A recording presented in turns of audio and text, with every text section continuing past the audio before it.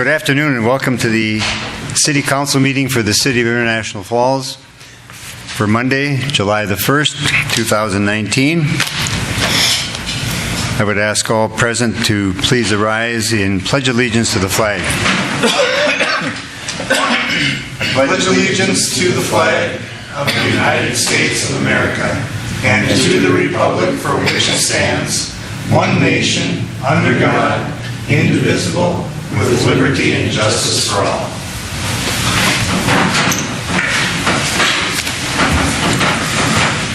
Thank you. I would ask the City Administrator to note the roll call with all members of the Council present. We would move to the agenda. There are no additions or deletions. Your pleasure with the agenda, please. Move to accept. Motion by Councilor Buller, please. I'll second. Second by Councilor Kraus to approve the agenda. Discussion on the motion or the agenda.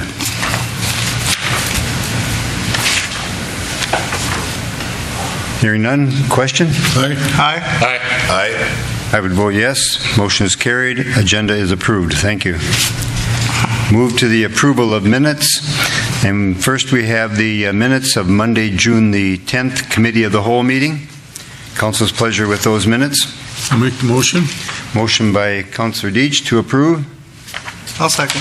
Second by Councilor Droba. Discussion on the motion of the minutes. Question? Aye. Aye. Aye. Aye. And I would vote yes. Motion is carried. Minutes for June the 10th are approved. The Committee of the Whole meeting on June the 17th. Move to accept. Motion by Councilor Kraus. I'll second. Second by Councilor Droba. Discussion. I have one question, and it's on the 1, 2, 3, 4, the fifth bullet, which was under the discussion with our audit, where it says now that the council must now annually delegate authority. Will that be done during the organization meetings each year? Will that be an item that will be on the agenda for the council to do? Is that how we plan to move that? Yes, Mayor, that's correct. It will consistently be on the organizational meeting. I will probably propose and draft something for action on July 15th, just for the remaining portion of this year, that we would be in compliance. But then going forward, it would be an appointment that you would make and the council would consent to at the organizational meeting of each year. I remember him making the point, and I guess it didn't stick with me until I actually read the minutes here. And how does it become a requirement? Is it a requirement of audit, or was it a statute? Or I believe it was a statute. Was it a statute? Okay, I missed that point. Thank you. Further questions or discussion with regard to the Committee of the Whole meeting with the auditors on Monday, June 17? Hearing none. Question? Aye. Aye. Aye. Aye. And I would vote yes. Motion is carried. Minutes are approved. Thank you. Then move to the regular City Council meeting for the June 17th. So move. Motion by Councilor Droba. Second. Second by Councilor Deitch. Questions or discussion? There is one item, I think just one item on this one to be changed. On the very front page in the motion on the resolution 3519, it should be, in the last sentence, it should be FAA and not FHA. Right on the front page. It says FHA in the bottom sentence there. Just make it FAA. Oh, and then on page 4, I do have another change. Page 4 on the resolution number 40-19, there's too many zeros in the bond funding resolution. It should be 2500. Scratch the 10.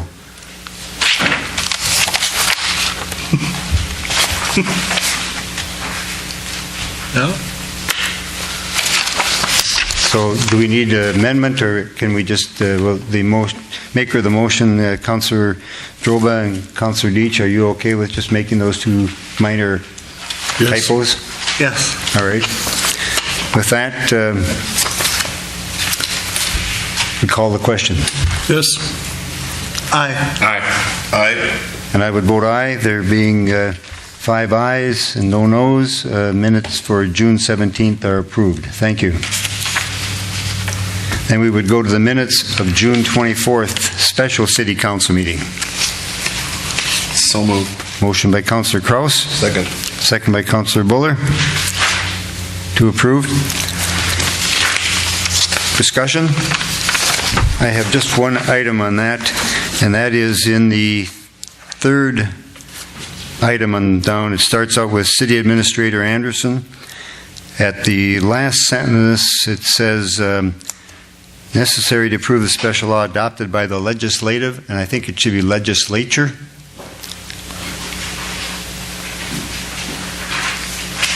Does that read? Am I reading it correctly?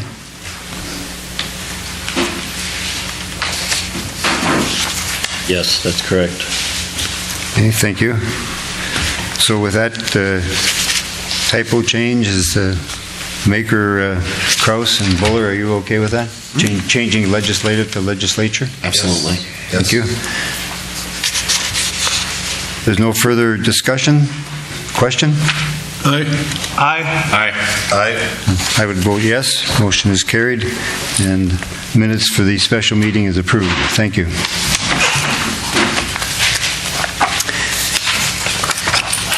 Then move to the resolution on the payment of claims and transfers. And the transfer is to Fund Number 101 from the Logic Tax Fund. $498.42 is the transfer. The accounts payable claims for the City of International Falls, $219,663.33. Airport Commission claims of $25,196.27. Airport Commission Terminal Project Phase 2 claims of $234,774.96. Runway reconstruction project at the airport, Phase 1 claims of $585,638.47. Phase 2 claims under the runway reconstruction project, $133,370.62. And the runway reconstruction project, Phase 3, claims of $61,798.30. Your pleasure with the resolution and the approving the transfers and payment of claims. Motion. Motion by Councillor Deitch to adopt the resolution. Second. Second by Councillor Buller. Questions with regard to the transfers, the payment of claims, or the resolution? Mr. Mayor? Councillor. I'm fine with it. I understand what we're doing out at the airport, but we have city claims of $219,000 out of the $1.2 million we're paying this month. That's a lot of money going out to the airport. That's like real money. That's Over like $1 million. yeah, in a month. All right. And we will be reimbursed for over 95%. over 95% of that, because some of that money will come from MnDOT also. Got to spend it before you can get it back. That's all. Got to do the work. Further questions with regard to the transfers of the payment of claims?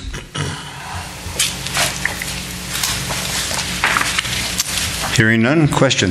Aye. Aye. Aye. And I would vote yes. Motion is carried. Resolution is adopted, approving the payment of claims and the transfers. Thank you.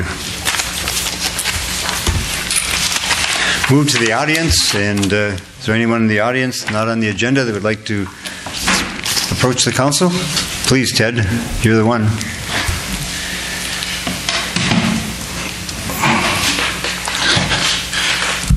So today, Mayor Anderson, City Councilors, I'm here to talk about Wi-Fi in Smoky Bear Park.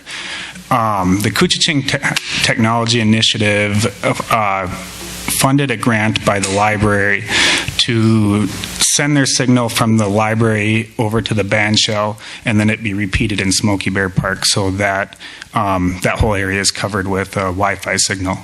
And it'll be open to the public that everybody can use. This isn't going to cost the city any money, as it'll be the library had to do some matching funds, but it was from a different project that we could count towards this project. So basically the equipment's free, and the internet service will be extended from the library, which I think we paid some of their bill for the next 2 years. But I was, we were talking to Ted Brokaw about it, and he said, "Did anybody tell the city council?" And the answer was no. So I thought that Diane had, and she had talked about it with Ted. But so Ted asked if I could come here today and kind of tell you what it was going to be, and it's not going to affect the look of the band shell. It'll be on the. We'll be beaming it across the street wirelessly, so it'll be on top of the library, and then go over to the women's bathroom or on the right when you're looking at it, I think. Yeah, so it'll be above the women's bathroom and it towards the back, so you won't be able to see it, or very little of it, from when you're watching concerts or anything like that. And yeah, so I guess that's what I have to talk to you guys about, and kind of get your approval. I understand if you can't make it during open forum or something like that, but it's all funded and it'll be a good signal over there. That's just one of the projects that we're working on right now. Thank you. And what is the timing on that, Ted? Well, we have the funds available right now, so we could start. I'm wearing 3 hats on this project. I'm on the library board, so I'm championing it there, and then one of the steering committee members of Couchiching Technology Initiative. But Small Town Tech was asked to put in a bid for it, so we could start on it anytime, pretty much, as early as Monday, I suppose, and just need your guys' okay. All right, so council's pleasure with having Wi-Fi signal a repeater established on the band shell for the Smoky Bear Park area. Make a motion if it's required. I think it's great. I'll second. Would you have any questions about it? Kraus, and second by Councillor Buller to accept the contribution of the Wi-Fi signal from the library to the band shell for the Smoky Bear Park area. Councillor Droba, please. So you talked to Ted. Did he give you where it's going to be set up, or is there public works crews that's going to be helping set up if it's going to be up on top? Or? No, that's something that Small Town Tech would cover with their low voltage license, with our low voltage license, and we'll put something up on top of the library, and then on the back of the band shell above the women's restroom. Yeah. That adequately answer that? Yeah, okay. Very much so. And then this is just one piece of the $75,000 that's going back into the community? Yep, yeah, we have quite a few more projects that we've funded, including some stuff for servants of shelter, better connectivity in their home that they have. We're working on cell phones for impoverished people, and then we also funded, some of you guys might be aware that Balans is turning into a co-working space, and they had they put in a grant request through the library, because they're a private business, to have morning meetups, kind of similar to a business builders group that will meet there once a week, and KTI will fund the rental fee of that facility. And I think we funded a new conference room, or part of a conference room, for Bacchus and a couple other projects. And we're right now currently working with the Voyage Forward marketing team and independently from them for coming up with a unified message website for the area, kind of like a web portal, which I think will solve a lot of our communication problems that this community has, so we can collaborate quite a bit better, including things like a volunteer database so that people can say what organizations they'd like to work with and what their specialties are. So if you're just a guy who wants to lift heavy stuff, Bacchus might need you for Ruby's Pantry. But if you're a web designer, maybe that's a different organization that might need your help. So it'll target more of the volunteers' specialties. And I guess there's so many projects right now, I can't remember all of them, including the broadband initiative for the greater county, and 5 areas that we picked based on their population density, and that's something that Paul Bunyan's interested in coming to that greater area.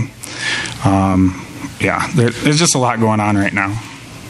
Wonderful, wonderful. Lots of good work happening there. Thank you for that. Further discussion with regard to the city administrator, please. Thank you, Mayor. Just a quick question, Ted. So I understand, so a repeater will be located on the west side of the band shell building above the women's restroom. So does that consist of a whip antenna as a repeater, or what do you see from the exterior of the building? It's trying to see if there's something in here that's about that size. I guess if you cut a piece of paper in half vertically, that'd be the size of the repeater. And on the library, it's going to go on a pole, and on the building, it's going to be flush mounted underneath one of the eaves. I can't remember exactly. I do know that Ted was happy with our placement of it. We met there last week, and he signed off on it or gave us his blessing. Okay, thank you. And I can get you I can email you over the exact proposal of everything with that so you have it. I want to say it's somewhere around $2,500 worth of equipment that was approved. Mayor, I think it would be helpful to have it for our packet information that will continue in perpetuity. So if you could send that, it'd be great. Yeah, and then so I guess the costs that you guys would have to ever consider is similar to what the library already has. If a access point goes down, you'd have to replace it. So it's not like this equipment lasts forever. It does last a very long time, and they very seldom go out, but it does happen from time to time. And as long as the Kuching technology initiatives around, the library can reapply for that money, but we end in 2 years, so we're not going to be around forever. We might continue, but not in the same capacity. Okay, further questions or discussion? We'll then have the question on the motion approving the Wi-Fi signal from the library to the band shell. Aye. Aye. Aye. Aye. And I would vote yes. Motion is carried. Thank you very Approval is much. given. We thank you for thinking of us and for your work on the library. Board. Thank you, Ted. Thank you, Ted.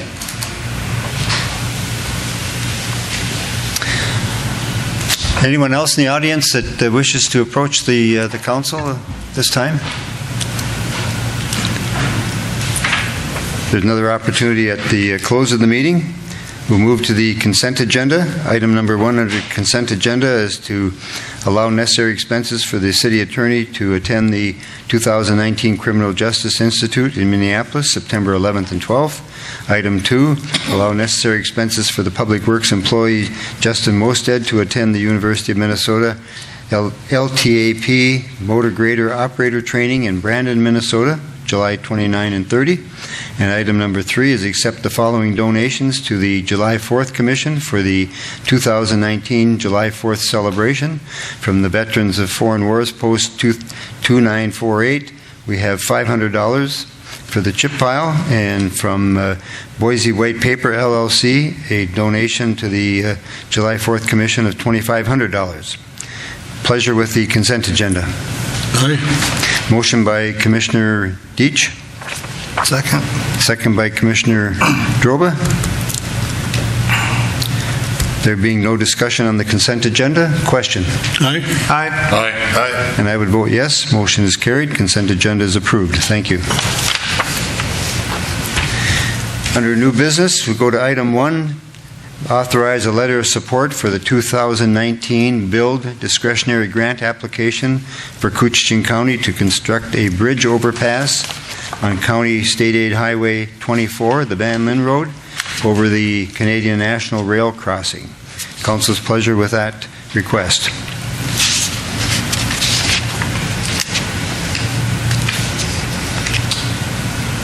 So moved. Motion by Councillor Kraus to approve a letter of support. Second. Second by Councillor Deitch. Questions or discussion? Councillor Droba, please. I think I had this same question last time we did this when they were in the process last year, but again, the only reason that we would be in support of this, it's outside of the city limits of International Falls, is basically because we offer fire and ambulance service over there, correct? Okay, just, I found it odd last time because we're not in the city at that point, but it does make sense if we're providing services out there. Well, in addition to the emergency services, the city does own property beyond that rail line. In fact, we just harvested timber off about 160 acres out there, and so that would be the other reason. Further questions or discussion? Chair would then place the question authorizing a letter of support for the discretionary grant application by Couchiching County. Question. Aye. Aye. Aye. Abstain. I'm working for the county. And I would vote yes, there being 4 for the motion, 1 abstention. Motion is approved, and we will authorize the letter to be written. Thank you.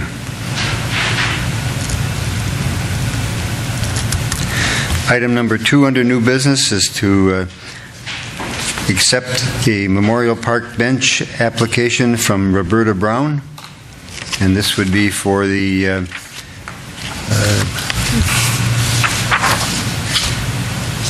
area Riverside Boulevard. So moved. Motion by Councillor Kraus, I'll second. second by Councillor Buller. Questions or discussion? Mr. Mayor. Please, City Administrator.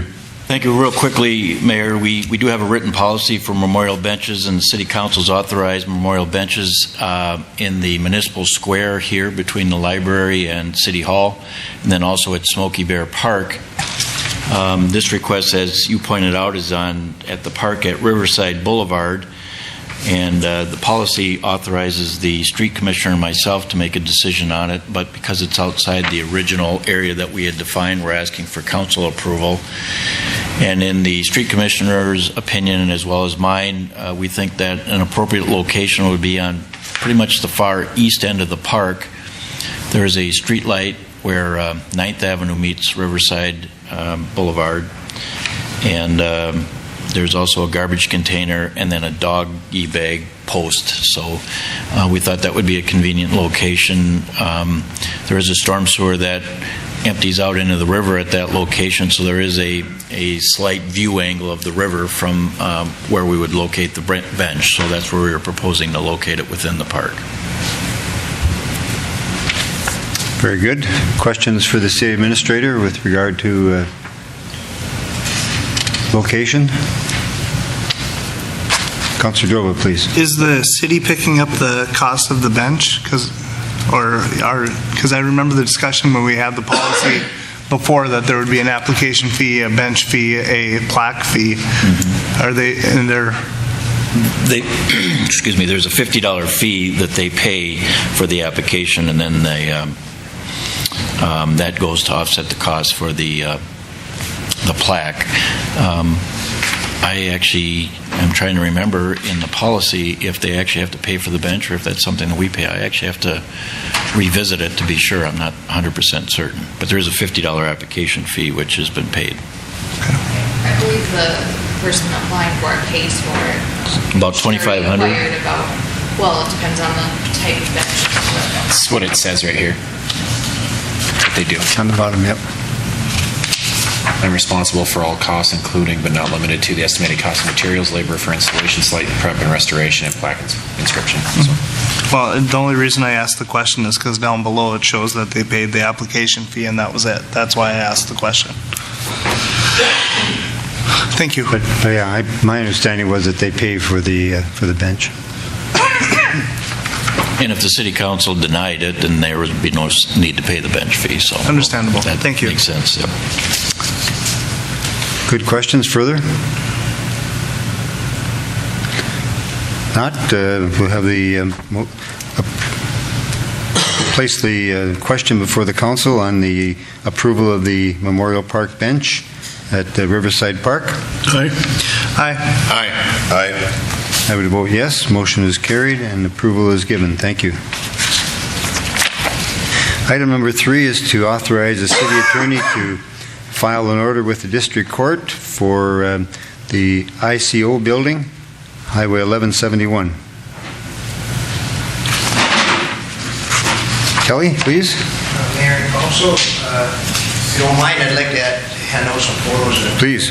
No. of the property.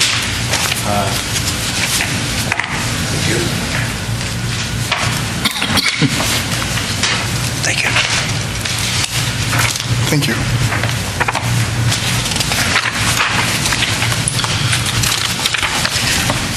Thank you. These are photos that were taken today, Mayor, of the building. This is one that's been kind of on the books for a while. Basically what it is been working fairly well with the ICO Corporation, but we kind of ran into a stumbling block. The last letter that was received by Intercity Oil was received on October 9th of 2018. Basically at that time they had a timeline to meet, that they were supposed to give us an outline of what they were going to do, when it was going to be finished, and that type of thing. What they did was they felt the timeline was too short, so I extended it for them, and thinking they were going to tear it down the last I spoke with them, and now they're talking that the building is going to stay up for sale because of the value of the building. So I don't believe they're taking it serious of what we have for a problem with the building, with it dilapidating the way it is. What I'm here for basically is requesting an order to be placed that we give them an additional timeline and then go to a court order if necessary, because we do want them to take care of the problem. We don't want to have to be taking care of it for them. They had two options basically, and that would be to bring the building up into total compliance, meaning that it meets all structural standards and that they would make the appearances as well on that building, or do the demolition for the project. This time, I guess I'm just asking for assistance from the city attorney to move forward with this project. Mr. Mayor? Please, Councilor Doba. The timeline that we're looking at giving. I believe the statute states we should give them a 30-day timeline, and then after 30 days, it could go to a court order and then be forced upon at that time. 30 days would give them a chance in order to tear it down themselves or get a contractor in place to do the necessary repairs. I just think it's been a lengthy period of time, and I think I tried to work with them quite a bit, and they were good, but we just never got anywhere, so that's where we're at right now. And so I guess my question would be, in your professional opinion, there's no question that the building has deteriorated to a position where it can or cannot be. I would say that in my professional opinion is I think it can be repaired, but it's going to exceed the cost of what the building is. So I believe it to be more than 50% damaged, and I do believe that it would take an excessive amount of money to bring it up into compliance. I don't think it'd be worth the repairs to do so, but it's more of a company decision at that time. They did put a value on it. Tax value is still up there. And I don't think they could meet that by putting the numbers in. When they had a local contractor look at it for repairs and nothing availed after the point, and he basically recommended that the building be tore down too. So, Well, I can only give my opinion, but I certainly agree with you that it's deteriorated to less than 50% of its ability to be rehabilitated. So I really think giving them an additional 30 days to decide whether they want to try to rehab the building or have them tear it down, I guess. And so I guess the question would then be to the city attorney, do you see any challenge here in taking this to court? On the face of it, it would appear to qualify, and I think if we give them 30 days, that's certainly a reasonable time. We could do a letter that puts them on notice of that, and then even once it comes to the council to do an order, then there's a period that they have to comply with that order. If we're talking, and if we're talking 30 days before we take that next step to get an order, and typically I think in those orders, it's maybe 45. I think it's 45 days that we've used in the past orders is what's required for them to repair it, or we take it down and assess the cost on their taxes. It'd be the court process. So I guess the question would be, they've had quite a bit of time already. Maybe we certainly up to the council's discretion. But whatever time we give them now, there's going to be more time once the council passes this order. So maybe we just want to tell them that this is going to be the order is going to be on the agenda at the next city council meeting, which is 2 weeks from now, and that because this has been going on for a long time. Well, it's certainly my opinion that we should take and move with an order to the courts right now, and they'll have 45 days to decide whether they're going to take and improve the building or we're going to tear it down. This has gone on way too long. I think Kelly has been very patient in trying to deal with these folks. Long overdue. Councilor Bullard. Answer my question. I was just wondering, can we forego that 30-day period? Sure. Let's do it then. I think, because once you pass the order, the next process is we serve the order on them, and in the order itself, and now we don't have an order here, but I think we could pass a resolution that we use the standard order we've used in the past. We did, I think, 5 of these last fall, and if we just use the same time deadlines that we have in there, and if they object to it, they have the ability, they can come to a hearing in court, they could submit an answer, and if they feel that our requirement that it be repaired or torn down is inappropriate, they can have the district court judge determine that after a hearing. So the quickest way, typically when we've done these things in the past, we've had the orders prepared and you've looked at them and you're approving that language. But I think if the motion is that we proceed using the identical language that we used with the orders last fall that were just approved by the court here, and I think have recently been taken down or in the process of coming down, I could have those prepared tomorrow to come over to have them signed if that's what's passed. Okay. Is there a motion to... I think that motion that we do it now. Okay, we have a motion by Councillor Bullard to adopt a resolution using the standard order that we have used in the past, seeking either the repair or the demolition of this structure,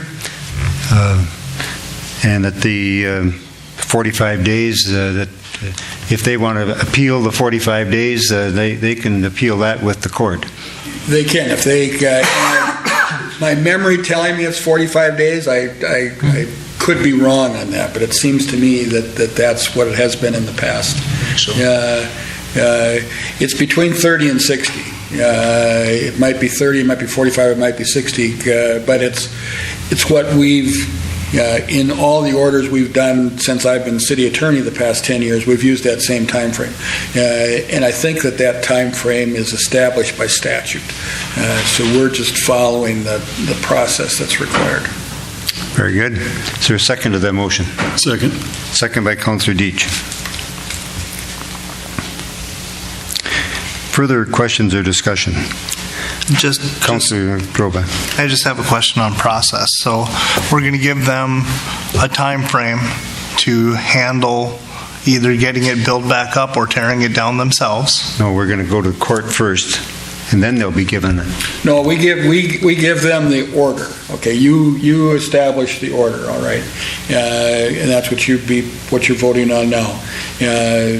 We'll then have that order served on them. Okay, and they have 45 days from the service of that order to make the repairs or things. If they don't, then it's filed with the court, and the court sets a hearing date and so forth. So they basically, under this order, have a period of time to take steps Correct. that prevent it from going to court. Once it goes to court, then there's a whole another set of procedures and hearings. Most of the ones we've had in the past that have gone to court, they default. They never show up. They never contest it and so forth. And this is commercial, so it's a little different. I mean, in the past, the residential ones, we've always given them the option, if they agree to have us torn down under our demolition policy, then it doesn't cost them anything, doesn't get added to their taxes. If we have to go to court, once we do the file it with the court, then they're bearing the expense, or at least it's being added to the taxes. And so that's been the difference. But Councillor Droba is correct. I apologize for interrupting, and please continue. So we serve the order. They get 45 days to correct the problem or tear down the building. If neither of those two things happen, then we go to court. we file the order with We file the court and so then the city has the right, if we meet all the requirements and the judge says, yes, this is okay, the city then has the right to hire a contractor to tear down the building, assess the cost of tearing down the building to the taxes and your time as well on the taxes? That's correct. Okay, I just wanted to make sure that was clear.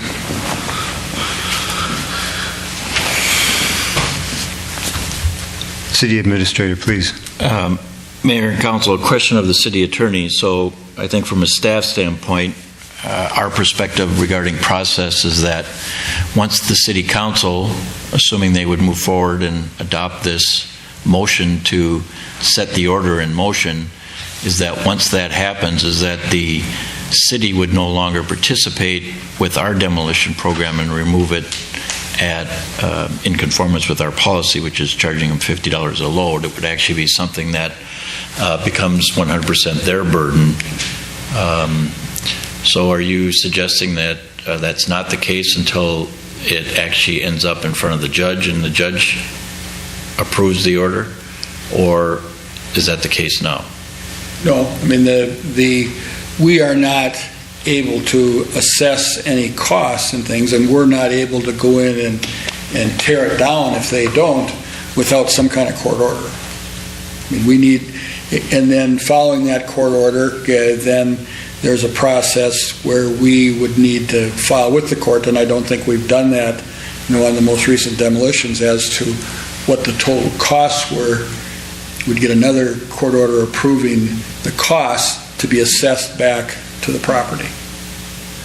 But there's not, absent a consent, a signed consent on the part of the property owner, we're not allowed to do anything without a court order.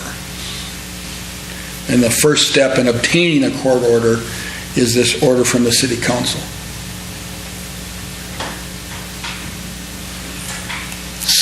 So maybe just to make sure I'm understanding clearly.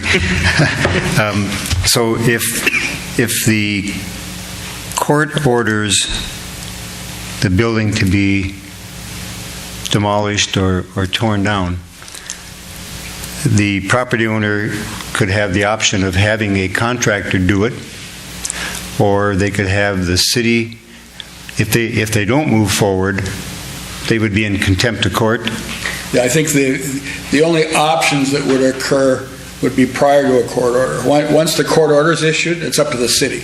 It's up to us if we have a city crew do it. If for some reason the city crew couldn't do it and we were paying another crew to do it, and whatever those disposal costs are, all of those things would get added in. And the property owner has some options prior to a court order being issued. Once the court order is issued, it's up to the city to determine when and how they want to do it.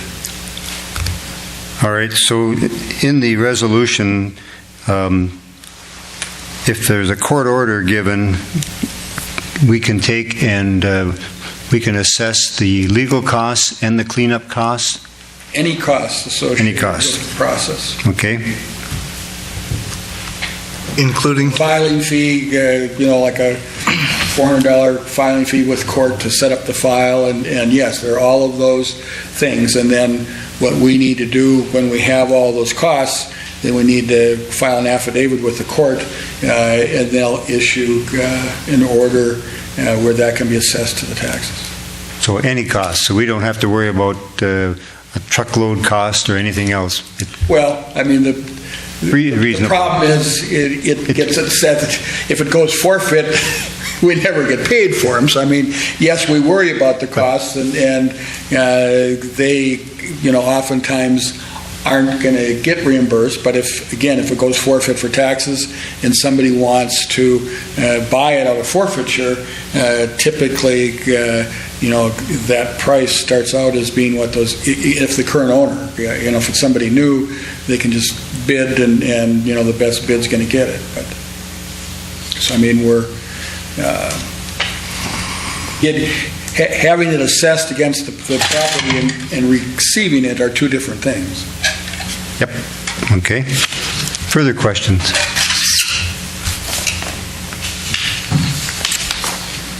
All right, we have a motion by Councillor Buller and second by Councillor Deitch to file the order with the District Court for the ICO building. Further discussion? If not, question. Aye. Aye.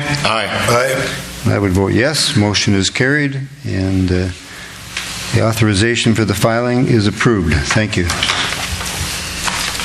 Item number 4 under new business is to file an order with the District Court for a property at 1531 2nd Avenue East. Kelly, please. Yes, thank you, Mayor. This was a home that actually at one time was going to be gifted to the city. And prior to us getting it gifted to us, a realtor from out of town purchased it, and we have not been able to get any resolution since that time, and the building is in very tough shape and needs to come down. We continually are maintaining the area, and it becomes an issue every time that we do maintain the grass and all the other things that are there.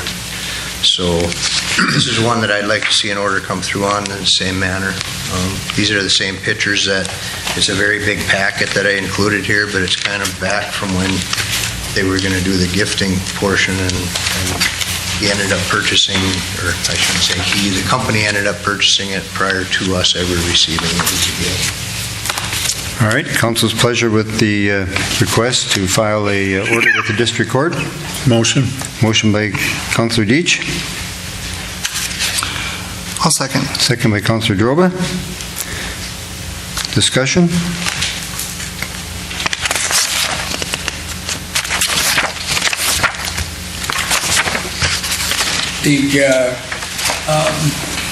One thing I would bring up here, Mr. Mayor, I don't know, Kelly, has the new owner been approached about having us do a tear down at no expense to them? Verbally, but no letters have been sent, other than the report that was given prior. All right. On this one, given the change in ownership, I'm thinking that it may be more appropriate to send them a letter, explain our voluntary demolition program, and then put this on the agenda for the next council meeting, that we would, if they, haven't agreed, and this is residential property, if they haven't agreed to have it torn down under our demolition program, then we'll move forward with the order from the council at the next meeting. I'd like to have a written paper trail that they've at least been put on notice and are aware of our program before we take the next step of the order. Currently, we don't have a demolition policy. Well, I guess. But we do. Chief Manassa, you want to come forward, please?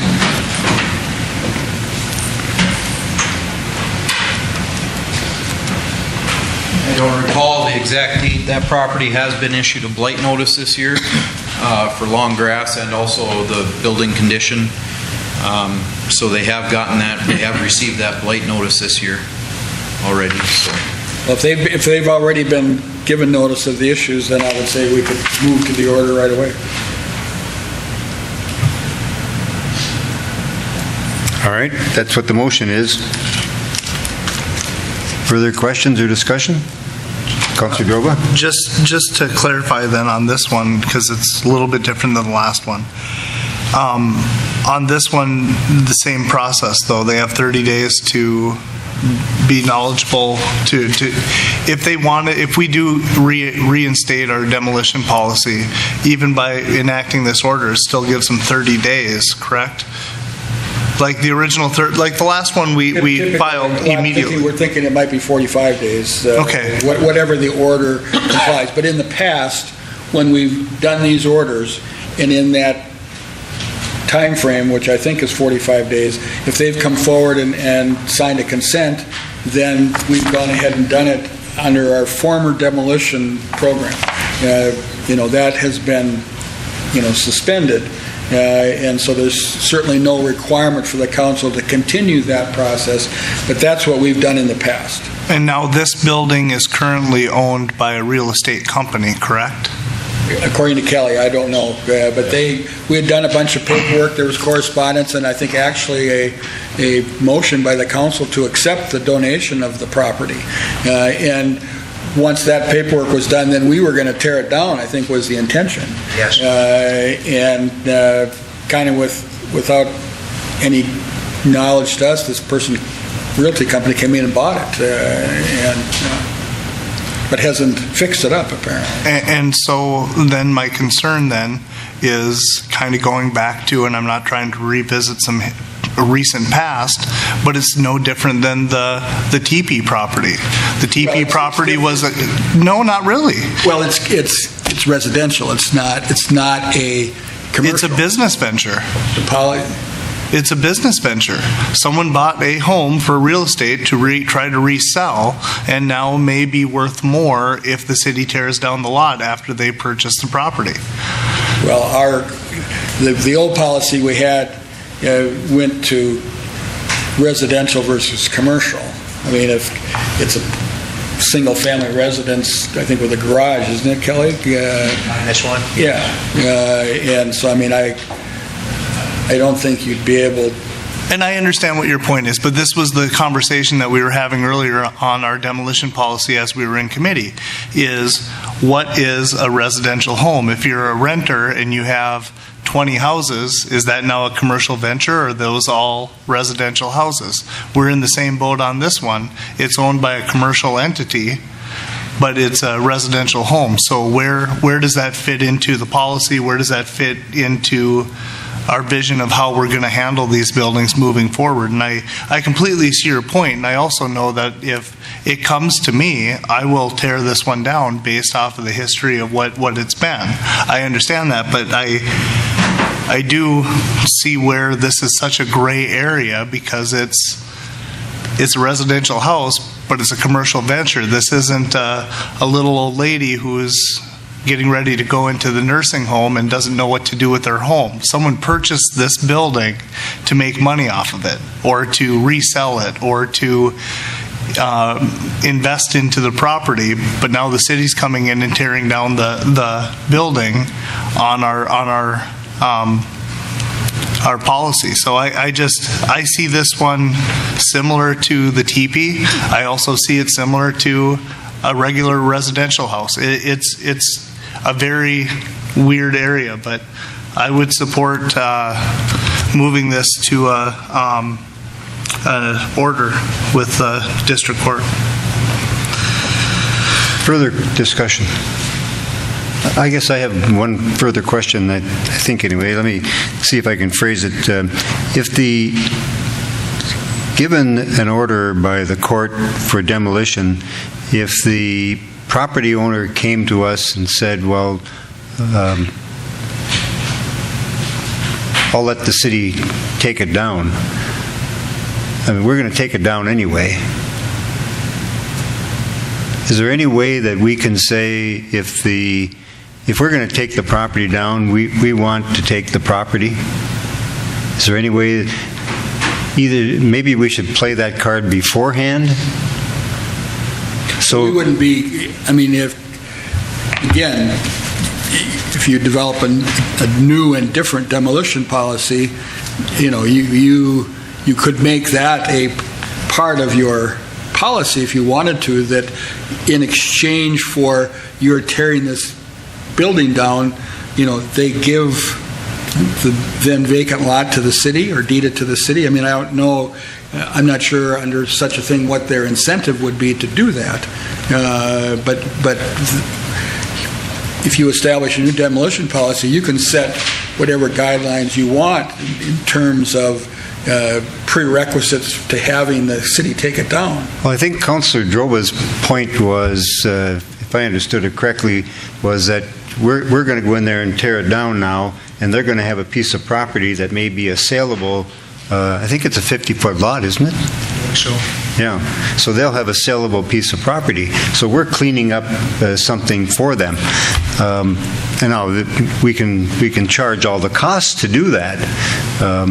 But it just seems to me that maybe we ought to, I think where you started in the beginning, that maybe we ought to send a letter and having a paper trail and saying to them if they would like to have the building torn down, we'd be happy to do that, but then the city would like to have the property.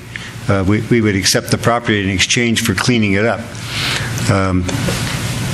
I don't know whether it's worth a shot or not. Councillor Kraus, maybe I'm chasing down a different avenue here than... No, I think you already answered. My point was that if it goes to court, they're going to have to pay to have it demolished.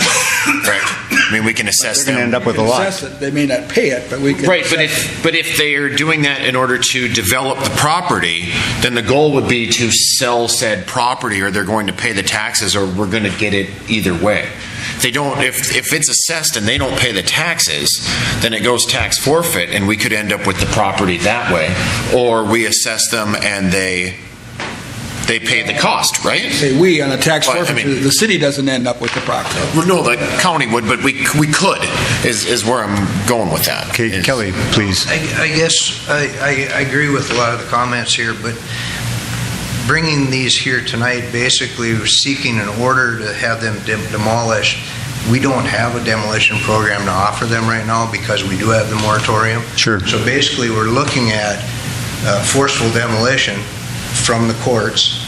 If they decided to tear it down between now and the 45 days, they're going to be paying for it regardless. We're not accepting any funds.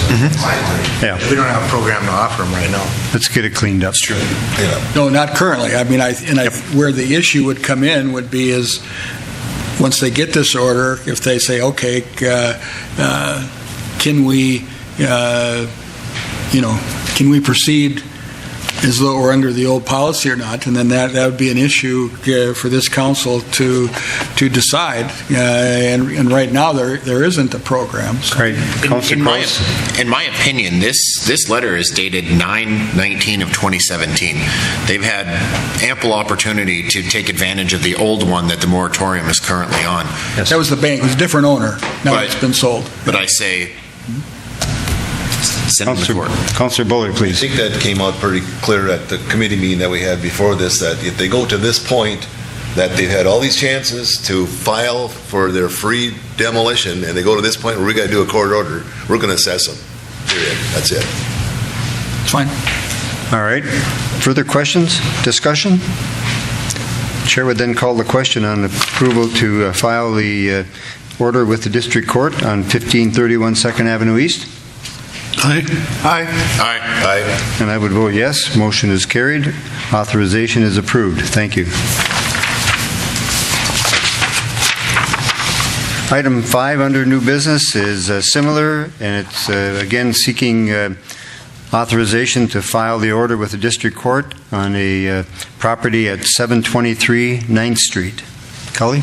This one, basically, we ended up having to, Adam and I ended up having to shut down the occupancy of this place. There was people that were actually living here at the time. The roof had collapsed on the second floor, so it had a area above. Yeah, I believe you can see it in the pictures. There's a big hole in the ceiling. When we went there, you could see right through to the daylight. No repairs have ever been instilled. This is a rental property that basically no one contested us shutting it down. We've offered the program multiple times, and we have no recourse other than going to this point of seeking a court order. Okay. Moved. Motion by Councillor Droba. I'll second. Second by Councillor Kraus. Discussion? We'd follow the same procedure here. Good. Hearing no further discussion, question? Aye. Aye. Aye. Aye. I would vote yes. Motion is carried. Authorization is approved. Thank you. Thank you both. Item number 6 under new business is the proposed revisions to the building demolition policy, which was considered in a committee of the whole meeting this afternoon. Further revisions are being made to the building demolition policy, but it's not complete at this point, and we do have a moratorium on any demolition. Mr. Mayor, I move to table the discussion on the demolition policy and extend the moratorium until the July 15th council meeting. Okay, we have a motion by Councillor Kraus to table the proposed building demolition policy until the meeting of July 15th, and also that the moratorium would continue. Second. Second by Councillor Deitch.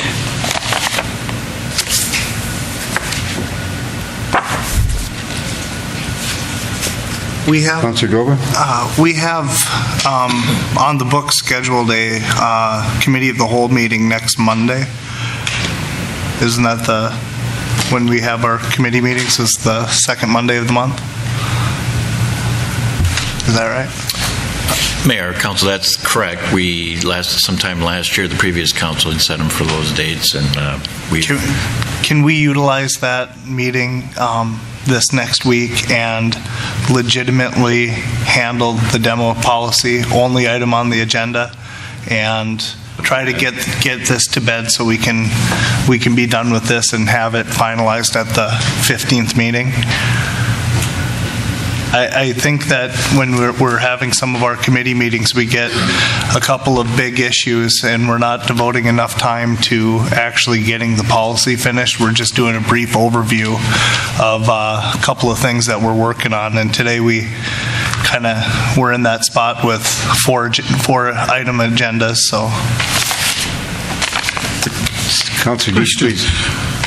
I'm a little confused. Are we following that schedule?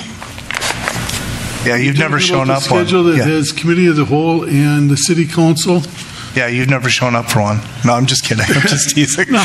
I inquired into that once before, and they said, that's something that's really not followed. Mr. Mayor, may I? Sometimes we have the committee of the whole meeting if we have an issue like this to talk about. We've had other times where we haven't had a major issue to talk about, so then we just don't hold the meeting. They are scheduled, but it's just a matter of if we have something to talk about or not. City Administrator? Well, Mayor, I was also going to add that then the council has chosen to schedule other committee of the whole meetings outside of those regular dates, which would be the second Monday at 2 o'clock. And today would be an example. Before this meeting, we scheduled a meeting at 2 to address a number of items. So it's been more of on an as-needed basis than on a regularly scheduled basis. I guess that Councillor Droba left the committee of the whole meeting early today, and I thought we came to a fairly good conclusion on the demolition policy. And I guess I would ask the City Administrator, do you think you have a clear understanding of where the council would like to be with regard to the demolition policy, and so we could be here for the July 15th meeting? I do, and I think my goal was, I think what we indicated is based on the input from our extensive conversation, I would incorporate that into a revised document, forward that to the council in advance of the meeting so you have an opportunity to review it, in detail to make sure it complies with what you want, and then we can, if there's anybody has any concerns with it, they can let me know and we can make revisions and for sure have it, and I would intend to do that, actually have it out on that date, the 8th, which would give you a week before the 15th and taking action on the 15th. And that's fine by me. I just want to see it done so we can move forward. I've been contacted by a couple people in the community that want to utilize the program, and I'm not a fan of the committee of the whole meetings. I just would rather have things done by the council. I do have a conflict that afternoon right now, but so if you're acceptable with the City Administrator putting out the revised changes that were concluded at the meeting this afternoon, and the council can take and review that before the July 15th meeting? yeah, that's fine. Okay? I'm okay with that. So then we won't have a meeting on July the 8th. Thank you. So the motion again is to table the proposed policy this evening and have it on July 15th with the moratorium on building demolition continuing. Chair would place the question? Aye. And I would vote yes. Motion is carried. July 15th. Thank you.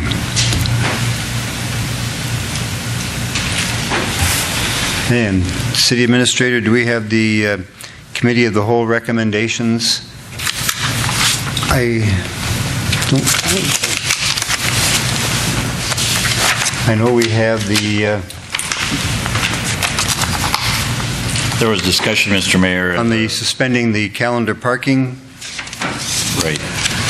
And so is there a motion then to suspend the calendar parking from 6 p.m. on July 2nd to midnight, 12:01 a.m. on Sunday, July 8th? Is that Monday, July 8th. Monday? Thank you. Monday, July 8th. I'll make that motion. Motion by Councillor Kraus. Second. Second by Councillor Buller to suspend calendar parking. And I think if I could just ask on the maker of the motion that we maybe advertise or get that word out to the public.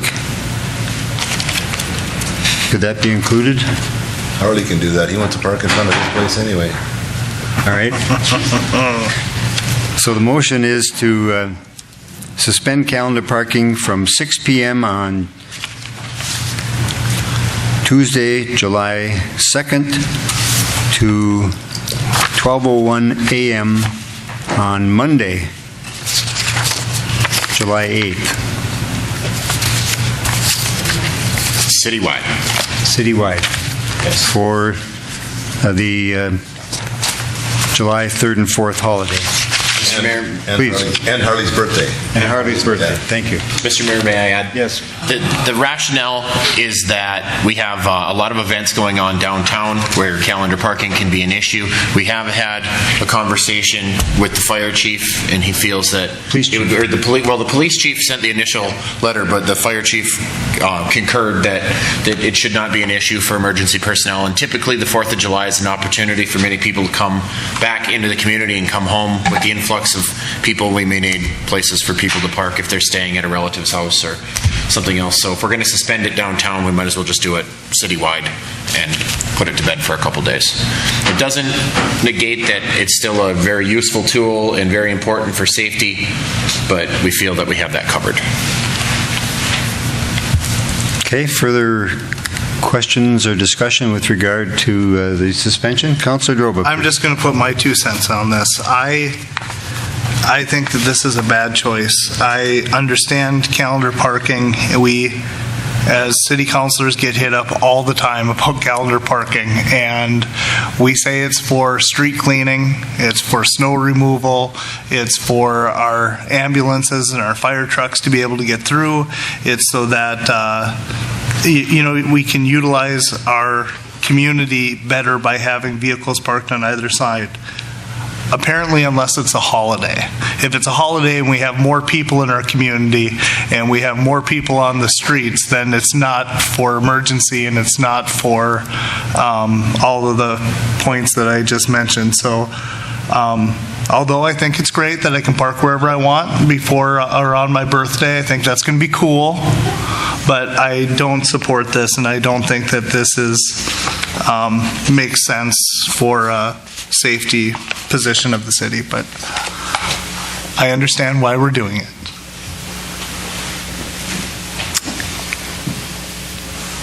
All right, further discussion? Hearing none. Question? Aye. No. Aye. Aye. And I would vote yes, there being 4 for the motion and 1 opposed. Motion carries, and the calendar parking will be suspended from 6 p.m. on Tuesday, July 2nd to 12:01 a.m. on Monday, July the 8th. Thank you. The next item for recommendation was the work schedule for paramedics, and my understanding is that we are staying with the 12-hour schedule. Is that, do I say it right here? We will continue. The committee was recommending that we move forward and continue with the 4 days on, 12-hour schedule from 6 a.m. to 6 p.m. is one shift, a secondary shift from 10 a.m. to 10 p.m., and then a third shift from 6 p.m. to 6 a.m., which is what we've been doing on a trial basis for many months. And the committee was of the mind that we should continue that schedule moving forward. Okay. Is there a motion to do that? Motion. Motion by Councillor Deitch. I'll second. Second by Councillor Kraus. Discussion on the motion or the schedule. Councillor Droba. I just like to talk, apparently. This is a tough one. This is a really tough thing we've been working on ever since the Mike Metro study, and we got into a position where we were having some burnout with our staff, and we had to make some changes, and we did, and that's how we got the Mike Metro study came up here. Well, for a handful of reasons. We looked at doing different options, and we've been in this option, which is costing the city a little bit more. We have overtime now that is set into their schedules, but we have less burnout. Our employees are working better, more efficiently. They have time off. They're able to spend some time with their families. And this isn't an easy decision. It hasn't been for me, because we've been looking at different schedules from 8-hour swing shifts, 10-hour shifts, 12-hour shifts. the financial costs. I mean, we have so many runs that are farther than anywhere else in Minnesota because of where we're at. So we have a lot of things that are against us. It puts a lot of strain on us financially. It also puts a lot of strain on our employees, the people that are doing the runs down to Duluth and just our 911 services and our everything in our community.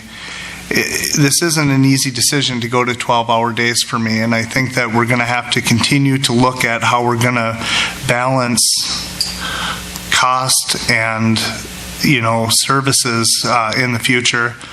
And I think that we need to continue looking at what our EMS service looks like in 5 years and in 10 years and try to mold how we're going to get there. Right now, we're doing this out of necessity, making sure that we have a service, but I think that we really have to look at how we provide services in the future. So I'm for it, not begrudgingly, but this is a tough one because it's about service and it's about our employees, and I'm going with it, but this has been a very, very tough one that we have been working on for better part of a year. So.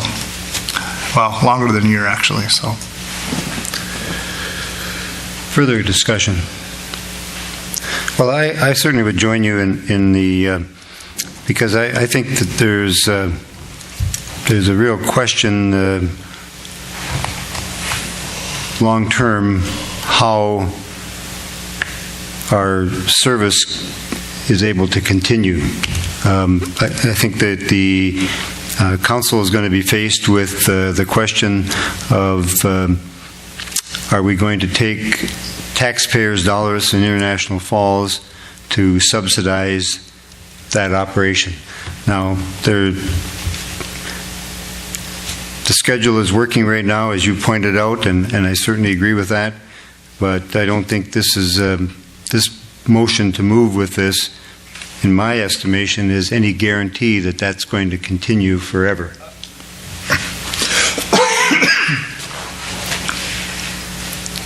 Other discussion, please. We have some very difficult decisions ahead of us, and it's going to be deep in looking at level of service and exactly what we're going to provide and how we're going to provide it. So this is a solution that works now, but this is not by any stretch permanent, and changes will inevitably need to be made. All right. For further discussion? Question? Aye. Aye. Aye. And I would vote yes. Motion is carried, and the 12-hour shifts schedule will continue. Thank you. Further to come under new business?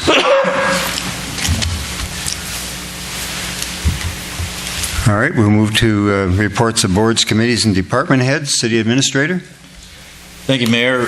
One thing I want to advise, or two things I'd like to advise the council, that last Tuesday after the previous city council meeting, we had special meeting, we had prepared all the sales and use tax information and distributed that information to the Secretary of State's office, as well as the Commissioner of the Department of Revenue. So we've got that information out, and we've been informed that the Department of Revenue will be working with us to make sure that we can implement that by the stated goal date of October 1st, 2019. So if there's any issues between now and then, they've assured us that they'll work with those, and so that we can be ready to implement the sales and use tax on October 1st of this year. The second item I would just bring to your attention is that we have a meeting from 1 to 3 on the 11th of July to work with MnDOT and have further discussions on the municipal consent process with the project manager from MnDOT, who will be up here, I believe, with the consulting engineer from 1 to 3 on that date. So if anybody on the council would like to attend, you're more than welcome to do that. 1 o'clock here in the council chambers on Highway 53? That's correct. Very good. Further? Nothing else, Mayor. Thank you. I'd like to thank you for the great work that you've done with regard to the sales and use tax and the ordinance and the resolution, and to our consulting engineer and Public Works Department for their good work in preparing all that information. Thank you. Move to the City Attorney, please. Mr. Mayor, I have nothing special to report. Thank you. Department heads, Building Inspector further? Thank you. Chief Manassa? Nothing at this time, thank you. Thank you. All right, we'll move to Mayor, Council Committees, Boards, and Commissions. Councilor Droba. Myself and the mayor went down for the League of Minnesota Cities convention. It was the conference, and it was really good. I took 4 classes. One of them was on technology initiatives. The other one was, oh crap, I can't remember what I took classes on. It doesn't matter. It was awesome. However, one of the things that did come up, it was one of the major themes was, at least one of the major themes of the convention that I picked up on is having your community engaged and be part of it. And one of the interesting things was the main speaker had spoke on public notices. And if we really want people to come to our meetings, these public notices that we're putting in the paper just probably are not how you get people to come. You don't have to have cookies, although I guess that's a bonus. And if you are putting public notices in the paper, you should have exclamation points. Apparently they're free. They don't charge extra for exclamation points to try to get people to come to your public meetings. And color. I guess color is a big deal. Social media helps out immensely to try to get people to your meetings. And then, legitimately engage them. We've had some meetings where I know people have left their pitchforks and their torches outside the door, which was probably good. But just try to be more engaging to the process, and I think that just my perspective of some of the things that we've done at the city, it's not that we don't want input, but I don't think that we do well at the process of getting people to come in and inviting people in.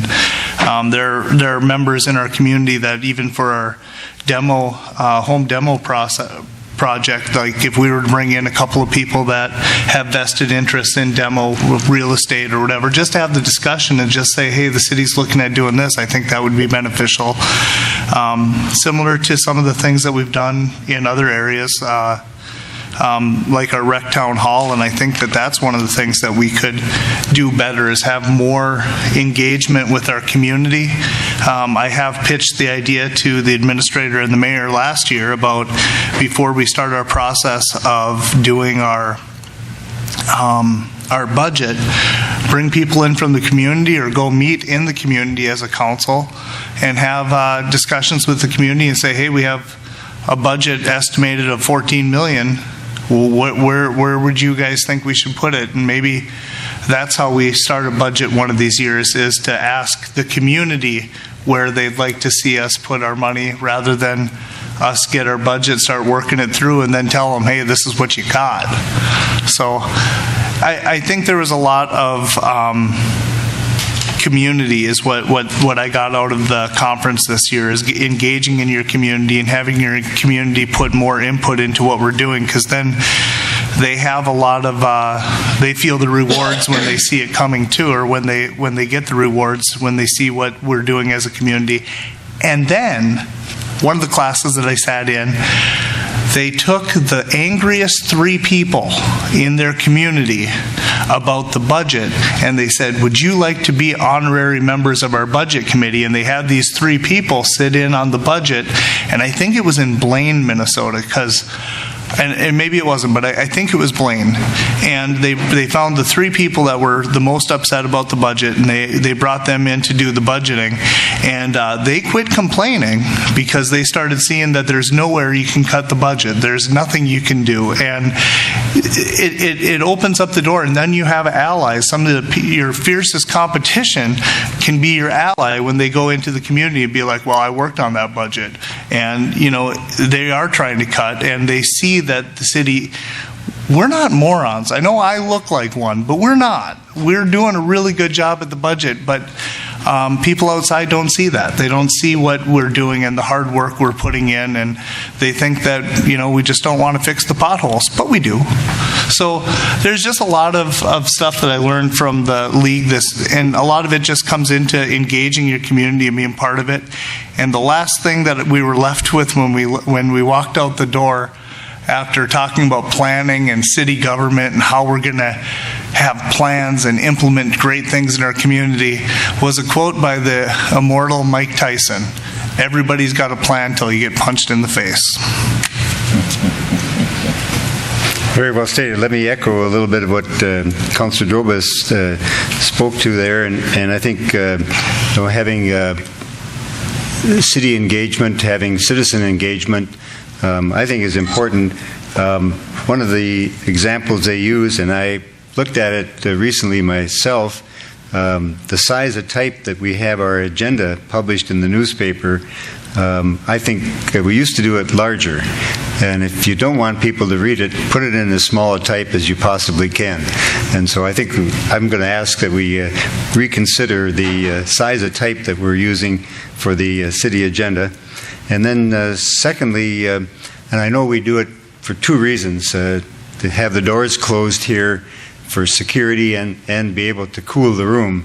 But somebody that came here at 4:35 and had the doors closed probably would not open the door to come in. They would not feel welcome to that. Now, I know that we do it for security purposes, but also I think we ought to look at least having a sign outside that says, "Meeting's in progress, please come in," something that invites people into the meeting, making it more welcoming to our citizens. So just a couple things that I took away. I also attended sessions on transit in rural Minnesota, learned some things there. I didn't realize there's 13 different organizations that provide transit in rural Minnesota. Just kind of blown away by that one. I went to a session on attracting business investment in our city. Meaningful civic engagement, effective meeting management. Thought that there was just some very, very worthwhile sessions, in addition to having conversations with the mayor of Black Duck, councillor from Virginia, and other places. So very, very worthwhile session. Lastly, I would just point out the July 4th Commission, the number of organizations that are participating is 9 or 10, including our fire department, police department, the Public Works Department, and Rotary and Elks and VFW, and I don't want to leave anybody out, but just a lot of participation in putting together a July 4th celebration that's been going on for over 110 years, and would welcome everybody to participate in that.